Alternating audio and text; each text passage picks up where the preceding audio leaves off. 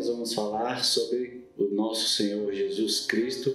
Vamos ver o que a Bíblia nos ensina sobre Jesus. Nosso texto base está em João, capítulo 1, do verso 1 ao 4. No princípio era o Verbo. O Verbo estava com Deus e o Verbo era Deus. Ele estava no princípio com Deus. Todas as coisas foram feitas por Ele, e sem Ele nada do que foi feito se fez. Nele estava a vida, e a vida era a luz dos homens. Esse é o nosso texto base para o nosso estudo de hoje, onde nós vemos aqui este versículo bíblico que fala que no princípio ele era o Verbo. O Verbo estava com Deus e o Verbo era Deus. O livro de João aqui nos traz uma revelação de quem é Jesus Cristo e de como ele se torna a plenitude do poder de Deus entre nós seres humanos. Como Jesus, que é a plenitude do poder de Deus, se fez carne e habitou entre nós. Também vemos o que nós nos tornamos em Cristo e as características que nós adquirimos diante de Deus por causa de Jesus. Em João, capítulo 1, 12 e 13, nós temos uma passagem bíblica que vamos analisar aqui, onde ele diz: mas a todos quantos o receberam, deu-lhes o poder de serem feitos filhos de Deus, aos que creem no seu nome, os quais não nasceram do sangue, nem da vontade da carne, nem da vontade do homem, mas da vontade de Deus. Então aqui nós vemos como nós, através de Jesus Cristo, adquirimos este direito, este poder de também sermos considerados filhos pelo Senhor Jesus, por Deus. Podemos também identificar como Jesus e Deus são unidos. Jesus e Deus são parte de um todo. Jesus, Deus e o Espírito Santo é a Trindade, que é um Deus plural, que é um Deus triuno. Ainda aqui nós vamos ver que Jesus e Deus são rigorosamente unidos, embora sendo duas pessoas distintas. Podemos ver nesta realidade o princípio de união, e a partir desse conceito a gente consegue concluir que o homem, mesmo sendo limitado, pode entrar numa aliança plena com Deus. Mesmo nas nossas limitações, somos capazes, através de Jesus, de experimentar uma aliança plena com Deus. E assim também podemos experimentar um outro princípio, que é o da individualidade. Podemos experimentar esses princípios a partir do momento em que nos relacionamos com Deus através da pessoa de Jesus Cristo. Em Cristo, por intermédio do sacrifício da cruz, temos o maior exemplo de submissão e obediência. Seguir a Jesus é uma necessidade e se faz necessário submeter a nossa vontade a Deus, a fim de experimentar os resultados que ela vai nos proporcionar, os bons resultados agradáveis. Esses são os resultados que nós vamos experimentar quando submetemos a nossa vontade à vontade soberana do Senhor Jesus, o nosso Pai.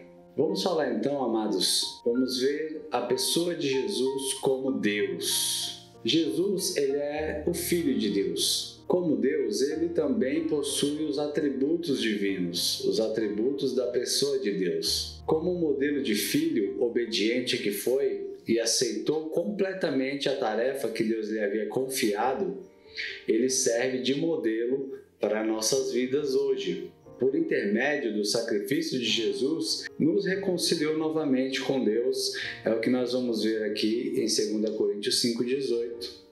E tudo isto provém de Deus, que nos reconciliou consigo mesmo por meio de Jesus Cristo e nos deu o ministério da reconciliação. Através de Jesus, nós somos reconciliados. Jesus conquistou isso, esta reconciliação, do ser humano para com Deus Pai só foi possível através da obra que Jesus veio fazer. Jesus, como Deus, manifesta também os mesmos atributos divinos que Deus tem, ou seja, Jesus, ele tem todo o poder, Jesus, ele tem toda a ciência, ele é onisciente, Jesus é onipotente. No período em que ele esteve na terra, ele não manifestou a sua onipresença, ele não estava em todos os lugares. Nós já vamos ver aqui a manifestação de Jesus como homem, mas ele ainda assim foi capacitado de toda a glória de Deus sobre a vida dele. Para o cumprimento da tarefa que Jesus assumiu diante de Deus, ele precisou se transicionar desta posição que ele estava, que nós lemos em João, onde ele era o Verbo, ele estava com Deus, ou seja, ele estava na plenitude da glória, na presença de Deus, e ele se fez carne, ele precisou se encarnar, nascer de uma virgem, para que ele conseguisse concluir a obra que Deus havia o separado para fazer. Então ele precisou se transicionar para uma outra realidade, deixando a realidade celestial, a realidade divina, e passando a viver numa realidade humana. Então aqui nós vamos falar de Jesus como homem, Jesus se manifestando como homem. Embora nós venhamos crer que Jesus é Deus na sua plenitude, ele estava completamente envolvido na glória de Deus, nós precisamos ver a Jesus também na perspectiva da sua humanidade, uma vez que esta nos possibilitou o cumprimento da vontade de Deus. O fato de Jesus ter se manifesto como um homem na terra foi o que nos possibilitou a nossa aproximação de Deus novamente após o pecado do homem. Então, ele se fez carne, habitou entre nós e desta forma, segundo a sua obra, ele nos permitiu nos aproximarmos também de Deus. Jesus veio ao mundo da mesma forma que todos os homens, ou seja, ele nasceu de uma mulher. Jesus, a partir do momento em que ele foi enviado para esta terra, ele cumpriu e experimentou tudo aquilo que um ser humano experimenta, desde o processo da sua gestação até o seu nascimento, o seu crescimento, o seu desenvolvimento. Apesar de nas Escrituras Sagradas a Bíblia deixar um espaço na história de Jesus, onde a Bíblia mostra o seu nascimento, depois a Bíblia relata um período da infância de Jesus, onde ele tinha 12 anos, e depois a Bíblia só volta num outro período da vida de Jesus, onde ele já iria iniciar o seu ministério. Porém, Jesus teve um tempo de vida comum como o nosso, ou seja, ele precisou passar pela infância, pela adolescência, pela maturidade de homem, até que ele começou a manifestar o ministério dele na terra. Então ele experimentou a vida humana como um todo. Ele pôde ver que o homem sofre, que o homem tem necessidades, que o homem tem fome, frio, todos os sentidos também Jesus experimentou, porém ele era Deus, encarnado, numa posição limitada, mas ainda assim era Deus. Então ele veio ao mundo da mesma forma que todos nós, nasceu de uma mulher. O que diferenciou foi que ele não veio de uma semente humana. A semente que gerou a Jesus não veio de um homem. Maria, a mãe de Jesus, ela engravidou.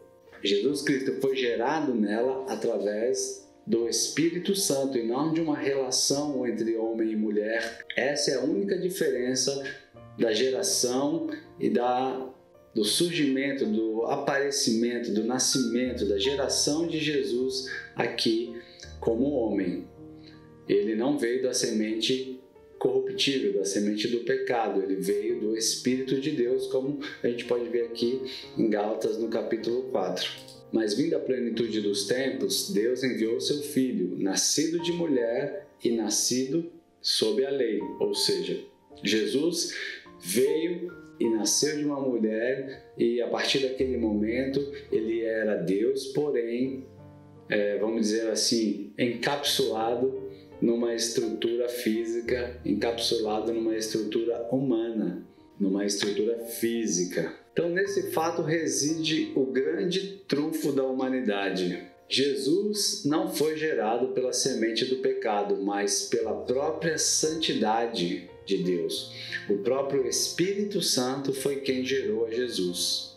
Ele, embora sendo Deus, não agarrou-se a isso como se fosse algo de valor. Ele se esvaziou dessa posição.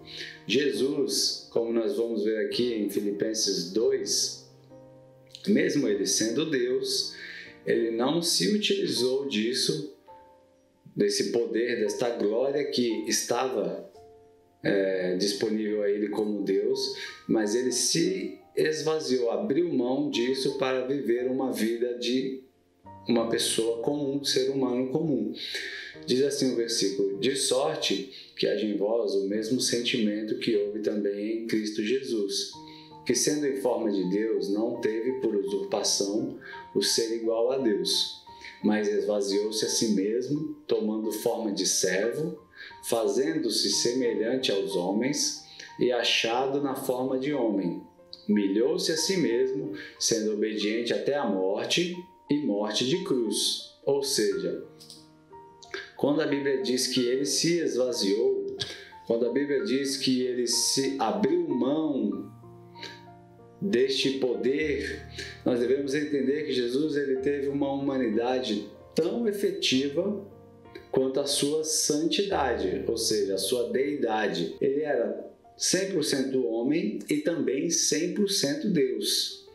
A vida de Jesus nos revela o modelo a ser seguido, que é possível ser santo e viver o padrão de santidade que Deus deseja para cada filho, sem utilizar da sua glória divina, do seu poder divino. Apesar de Jesus ser 100% homem e 100% Deus, ele viveu a sua vida sem utilizar-se do poder que ele tinha como Deus, da glória que ele tinha como Deus. Ele trabalhou, ele precisou se alimentar, então ele viveu uma vida humana. Se nós lermos o Evangelho de Lucas, você vai ver que Lucas, como médico, retrata muito o lado homem de Jesus Cristo. Ele fala muito sobre a humanidade de Jesus. Então, quando nós lemos o Evangelho de Lucas, nós podemos ver este lado de Deus, homem encarnado, na pessoa de Jesus Cristo. Então, devemos entender que Jesus teve uma vida humana, suscetível a todas as limitações que um ser humano tem, porém ele não deixou de ser Deus e de ter todo o poder à sua disposição, porém ele preferiu não utilizá-lo. No terceiro ponto, nós vamos falar sobre as obras de Jesus Cristo. Este Deus que se encarnou e veio morar no nosso meio, veio nos trazer uma possibilidade de sermos regenerados. Vamos falar sobre a sua obra, sobre a obra que ele veio realizar aqui na Terra. Então, quando nós falamos sobre a obra de Jesus Cristo, precisamos observar dois aspectos. O primeiro diz respeito à sua redenção, ao ato de redenção que ele veio fazer. O primeiro aspecto da obra de Jesus diz que ele veio por um propósito de redimir o homem, de justificar o homem diante de Deus, de fazer com que o homem tivesse uma forma, uma maneira de voltar a ter acesso e a se relacionar com Deus. E outro aspecto diz respeito ao que o ato representa para nós, ou seja, o que isso significa para nós, este ato de redenção. Então nós vamos falar nesses dois aspectos hoje aqui, com base nesta passagem de Filipenses capítulo 2, de 5 até o verso 11, nós vamos ver 4 passos que levaram Jesus do sofrimento até a glória.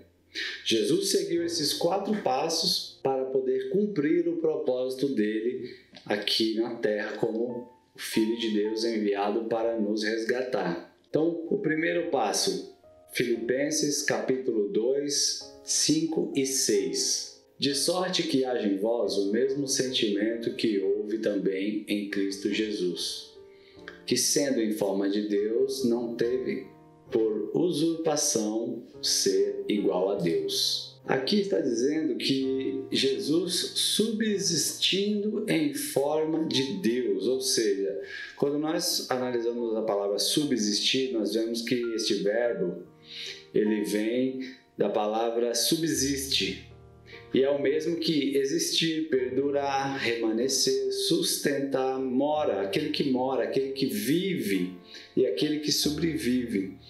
Ou seja, Jesus subsistia em forma de Deus, porém, ele não considerou isso como usurpação, diz o versículo.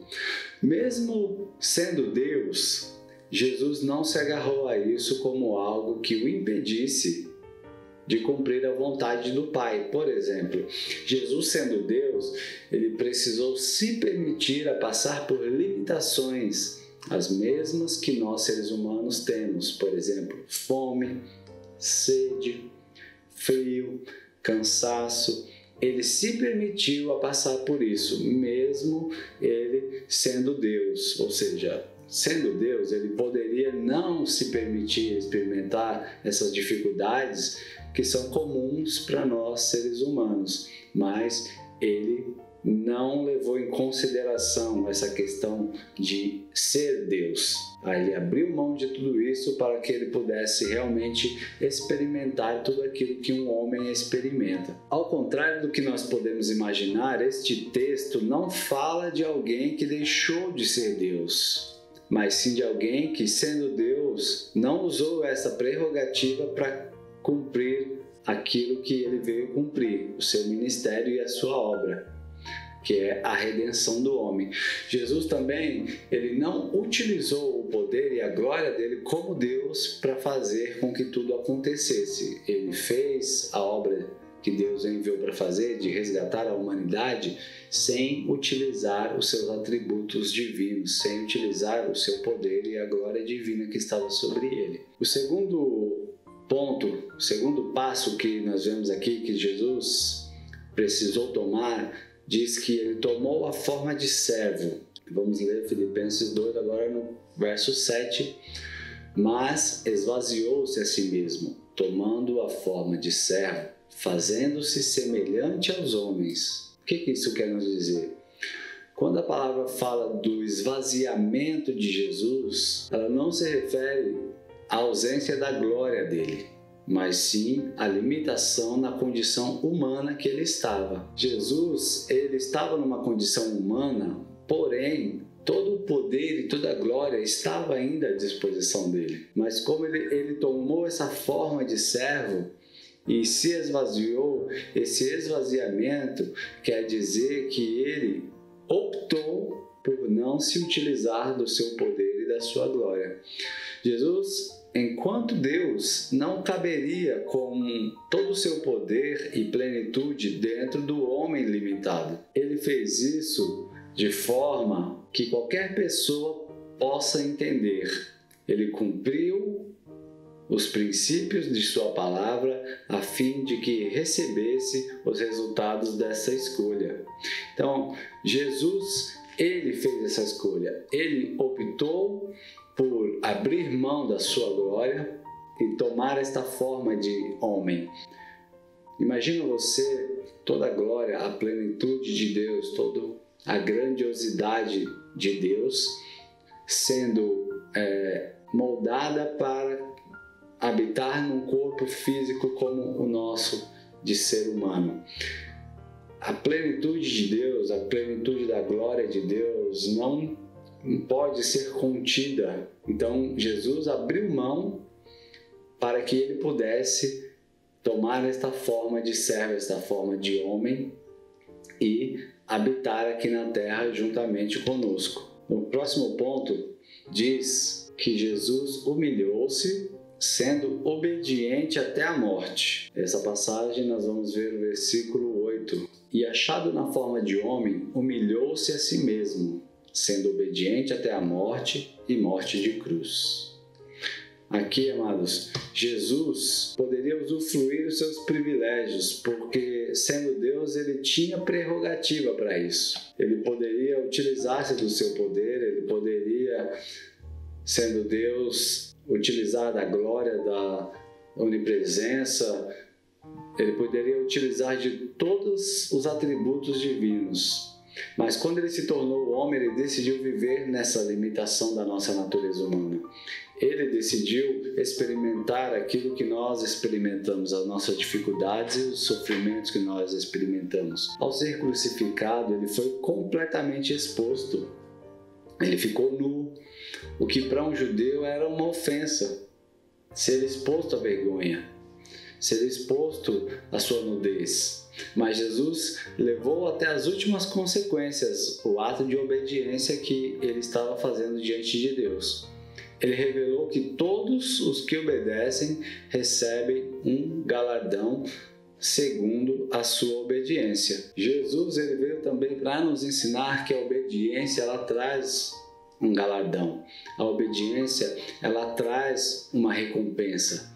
Ele levou até as últimas consequências o fato de obedecer a Deus, de se humilhar, de se expor. O versículo diz que ele humilhou-se. Jesus foi humilhado, Jesus foi cuspido, Jesus foi castigado, ele apanhou, ele foi espancado, machucado, ferido, ele foi caluniado. Então ele se deixou passar por essa situação. Abrindo mão do seu poder, glória, ele poderia muito bem, ele mesmo disse, se ele pedisse, Deus enviaria miríades e miríades de anjos para o defender, mas ele abriu mão de tudo isso. E aí ele foi obediente na obra que ele veio fazer, sabendo já que a obra exigiria um sacrifício de cruz. Então ele foi obediente a isso. E a obediência, amados, muitas vezes ela não está, na verdade, todas as vezes, ela não está ligada à vontade. Muitas vezes nós condicionamos a nossa obediência ao nosso líder, ao nosso pastor, ao patrão, ao pai, à mãe. Nós condicionamos a nossa obediência à nossa vontade. Nós obedecemos quando nós temos vontade de obedecer, mas a obediência ela não está relacionada com a vontade. A obediência ela é exercida mesmo quando nós não temos vontade de fazer aquele ato, de tomar aquela atitude de obedecer. Aí se caracteriza a obediência. Aí se caracteriza você ser obediente, da mesma forma que Jesus foi. Ele mesmo disse, se possível, Pai, passa de mim esse cálice. Mas, ele disse, contudo, que a sua vontade seja feita. Então, ele obedeceu à vontade de Deus e foi à cruz. Então, a vontade não está ligada à obediência. Nós precisamos obedecer independente da nossa vontade de fazê-lo ou não. Continuando, no quarto ponto aqui diz que ele foi exaltado soberanamente. Então, a obediência que Jesus exerceu na passagem anterior proporcionou isso aqui para ele. Filipenses capítulo 2, versos 9 a 11 diz: por isso também Deus o exaltou soberanamente. Ele deu um nome que é sobre todo nome, para que ao nome de Jesus todo joelho se dobre, dos que estão nos céus, na terra e debaixo da terra, e toda língua confesse que Jesus é o Senhor, para a glória do Deus Pai. Jesus foi exaltado. Deus lhe deu um nome que está acima de todo nome. O ato que Jesus tomou de obediência proporcionou para ele a recompensa da exaltação que veio de Deus para ele. Ou seja, ele se humilhou e Deus o exaltou. Ele se fez pequeno e Deus o fez grande. Ele abriu mão do seu poder e Deus lhe deu autoridade, lhe deu ainda mais poder. Ele mesmo disse, depois que ele foi crucificado, toda a autoridade me foi dada. Então, ele conquistou isso através do ato da obediência, do ato de se humilhar, do ato de cumprir o propósito que Deus o enviou para cumprir. O versículo diz assim que ao nome dele todo joelho se dobrará no céu, na terra e debaixo da terra. Ou seja, a maior posição que Jesus poderia alcançar, que Jesus poderia conquistar, foi-lhe dada através do ato de ser obediente, se entregar à morte e se esvaziar de si mesmo. Foi o que ele fez enquanto estava aqui na terra. Por causa disso, por causa desta atitude que ele teve, ele recebeu todo o poder e toda a autoridade no céu, na terra e debaixo da terra. Outra passagem que ainda nós podemos ver aqui está em João 12, 24, onde ele fala que todas as vezes que uma semente é plantada, quando morre, ela dá fruto. Jesus mesmo ele falou assim no versículo: na verdade, vos digo, que se o grão de trigo caindo na terra não morrer, ele fica só. Mas se morrer, ele dá muito fruto. Então, quando Jesus decidiu cumprir os desafios dessa tarefa, ele estava consciente de que isso também lhe traria um grande privilégio. Quando Jesus decidiu cumprir a vontade de Deus, ele sabia também que isso teria uma consequência positiva, uma consequência para ele. Todas as vezes que uma semente é plantada, quando ela morre, ela dá o fruto. Muitas vezes nós queremos colher frutos, mas não queremos deixar que uma semente morra e seja plantada no solo. Nas nossas vidas, para nós colhermos frutos, muitas vezes, a semente precisa primeiro morrer. A morte, neste caso da semente, ela não é o fim. A morte, no caso da semente, ela é uma parte do processo para gerar a vida posteriormente. Ou seja, se algo na nossa vida precisa frutificar, nascer, também pode ser que algo antes disso precise morrer. Às vezes pode ter áreas da sua vida que para ela ter êxito, para ela ter sucesso, para você conquistar coisas, vai ter uma outra área da sua vida que vai precisar experimentar essa morte. Talvez o ego, talvez a soberba, talvez o orgulho ou o próprio pecado vai precisar passar pelo processo da morte para que esta semente que foi plantada em morte dê a vida. Esse é o processo pelo qual uma semente passa para que ela possa gerar um fruto. Primeiro ela morre, é enterrada no solo e depois ela frutifica. Então, muitas vezes nas nossas vidas também precisamos passar pelo mesmo processo que Jesus passou, de morrer para que depois sejamos ressuscitados. Para nós conseguirmos obedecer a Deus, caminhar na presença de Deus, a primeira coisa que deve morrer em nós é o velho homem, a antiga natureza. A natureza que nos dirigia para o pecado, a natureza que nos guiava em direção às coisas que não fazem parte mais da nossa vida. Ela precisa morrer para que os frutos comecem a aparecer em contrapartida a isso. Então, a semente, para gerar um fruto, ela precisa estar morta. Ela precisa estar totalmente morta e quando colocada no solo, enterrada, aí sim ela vai frutificar e ela vai dar o seu resultado. Devemos perceber que Jesus também sabia exatamente o que esperava por ele. Uma morte terrível, porque na mesma intensidade da morte que o diabo queria levar Jesus a experimentar, Deus preparou para ele uma exaltação sem nenhum precedente. Jesus esperava algo sobrenatural. Ele esperava que Deus fizesse algo depois que ele cumprisse, fosse obediente a Deus. Mas também ele sabia que o processo de morte que ele precisaria passar seria também tão grande quanto o resultado que ele iria colher depois. Jesus sabia como filho, conhecedor do Pai, que ninguém jamais superou também a arte de Deus em abençoar, em dar. Deus é abençoador. Deus, ele tem prazer em dar aos seus filhos. E Jesus, sabendo disso, ele sabia que o que o esperava também era algo grande. Deus concedeu a Jesus a máxima exaltação, que é compatível com o máximo sacrifício. Já para nós termos uma lição aqui, muitas vezes nós queremos uma colheita, algo muito grande de Deus. Porém, o sacrifício que nós estamos fazendo, que estamos entregando a Ele, tem sido muito pequeno, tem sido muito pouco. Nós vamos colher segundo a medida do que nós plantamos, será a nossa colheita. Não podemos não plantar e querer uma colheita abundante. Isso não é proporcional, isso não funciona, não é desta maneira que Deus trabalha.